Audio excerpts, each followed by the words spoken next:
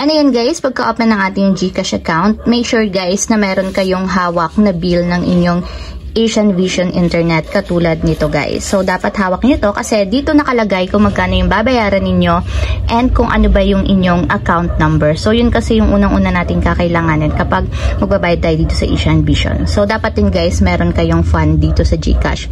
So, katulad nga sa akin, ang bill ko is 899 yung kailangan kong bayaran. So, meron ako ditong fund na 900. So, sakto lang yung nakalagay ko dito sa GCash. So, para makapag-payment guys, mula dito sa homepage, tap nyo lang dito yung bills. And dito guys, sa pay bills, hanapin nyo lang dito yung cable or internet. So, dito nyo siya guys makikita sa categories.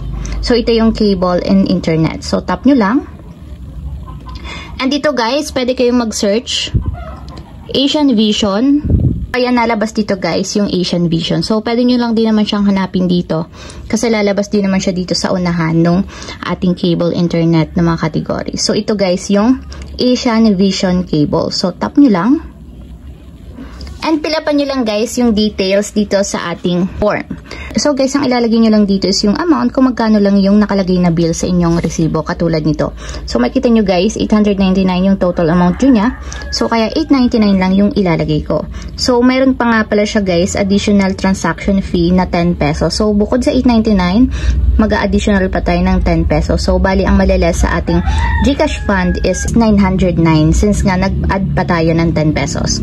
So proceed na tayo dito sa account number guys. Ilalagay nyo lang yung account number ng inyong internet. So nakalagay ito lagi guys sa inyong resibo. So dito nyo siya makikita sa account number. So ano siya guys, 6-digit number yung ilalagay ninyo dito. So after nyo malagay yung inyong account number na 6 digits or 6 number, ilagay nyo lang yung affiliate branch ninyo. Kung anong branch kayo guys, so lagay nyo lang. And then account name, kung kanino nakapangalan yung inyong internet. So lagay nyo lang yung whole name. So, dito guys, sa email address is optional lang. So, pwede nyong lagyan, pwede ring hindi. So, lalagyan ko yun sa akin. So, ayan guys, after may lagay yung amount, account number, affiliate branch, and then account name, hindi na nating itap dito sa baba yung next. So, tap lang natin.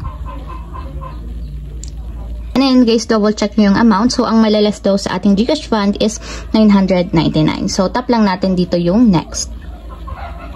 So, ito yung pinaka-confirmation receipt. Double check nyo yung mga details kung tama. Double check nyo yung amount.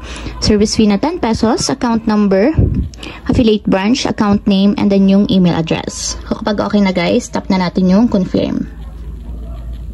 And ayan guys, ito yung pinaka-transaction receipt natin. So, isave nyo to sa tuwing nagbabayad kayo kasi ito yung pinaka